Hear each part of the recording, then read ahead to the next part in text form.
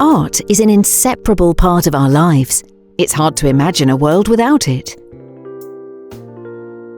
We have left visual artistic expressions from the very moment we came into existence. It's embedded in our need to tell stories, to inspire, and to provoke. But how did art evolve from its most early and fundamental form into what we see in our galleries, museums, and online world today? In this Forsters mini-series, we will explore innovations in the art world that helped create the visual culture we have now. Let's do a quick flashback. How did art begin? The oldest known artworks are prehistoric cave paintings. Estimates vary, but some may be up to 70,000 years old, like these ones in South Africa. Our ancestors used a combination of soil, animal fat, burnt charcoal and chalk to make art. The forms may look familiar, but the mix they pioneered, setting pigments with a binding agent, is so adaptable and durable that it is still the foundation of paints used today. Which is amazing when you think about it, and proof that the best innovations stand the test of time. There have obviously been a lot of innovations since then that have completely changed the way art is produced. Like, how did the world turn technicolour? Since those cave paintings, the number of raw materials that can be turned into pigment has skyrocketed.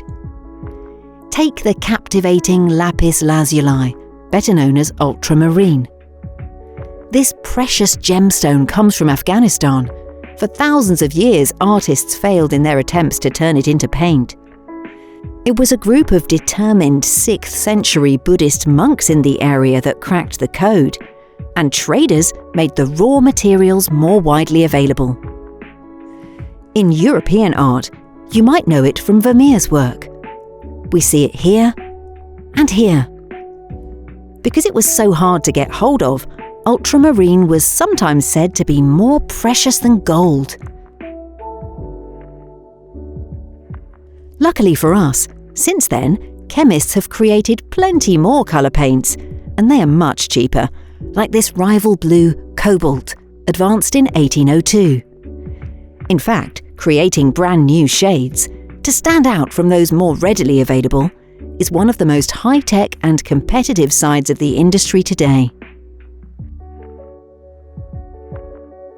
Innovations in science have also helped artists improve how they portray things.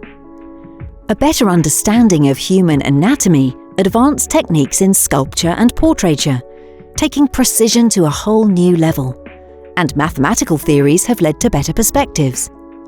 We've also seen innovations in where people can create art. Consider the invention of the paint tube in 1841. This small item made a big change, including to landscape painting. It's fair to say that before then, most artists created formal landscape paintings in their studios. There wasn't an easy way to mix and take oil paints outside for long periods of time. This might explain why some landscapes used to look romanticised and maybe a bit unbelievable. But the paint tube allowed artists to go outdoors and paint the world as it truly was, or how it felt to them in the moment, sparking the Impressionist movement of Monet, Renoir, and Pissarro. Manufacturing has come up with other ways for people to create art in the open, and thanks to modern masters, we've sometimes seen those styles back on canvas. And what about whole new media, like photography and film?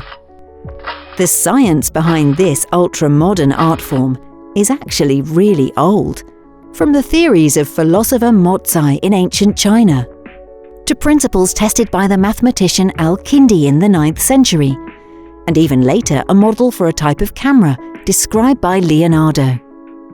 But it then took a few centuries more to figure out how to make photographs. These are some of the earliest examples. Notice how they mimic paintings, especially in composition and subject. Initially, photographers adopted traditional principles to give their art some respectability. But within a few decades, They were using it to explore new and pretty daring artwork styles, and making it a standalone discipline, along with film. These new forms of media soon helped challenge tradition and question, what is art? We see this with the rise of digital art, including augmented reality, AR, immersive experiences, and even NFTs. They are still very much driven by existing art and our current visual internet culture, but it's fair to say that it's got the art world's attention, so who knows where this will lead. So what role does innovation have for today's artists? We have asked award-winning abstract sculptor Richard Deacon. Innovation is a tricky question. I think sometimes it's accidental, something you find, some lucky chance that you see. You're standing in the supermarket and you see something and you think, I know, that's how it goes. Or it's specific and you think, I've got a problem and I need to solve it and I need to find new ways of doing it. And I suppose the third thing is that you keep yourself, it's kind of interesting to find out what's happening. And particularly at the moment with big changes in the way that the tech world interacts with the material world, there are all sorts of ways in which those could maybe be interesting to change the ways you view the world or change the things you can do. So specifically in relationship to ceramics, there was a time when I very much looked for new ways of using clay and explored different ways of using clay, from high-tech materials, materials that you wouldn't really think of as being ceramic. So I think innovation can be a long-term or a short-term thing, and it can be accidental or it can be deliberate. There you have it. From the earliest cave paintings to the wonderful fabrications of Richard Deacon, innovation has always sparked creativity, and creativity has always sparked innovation.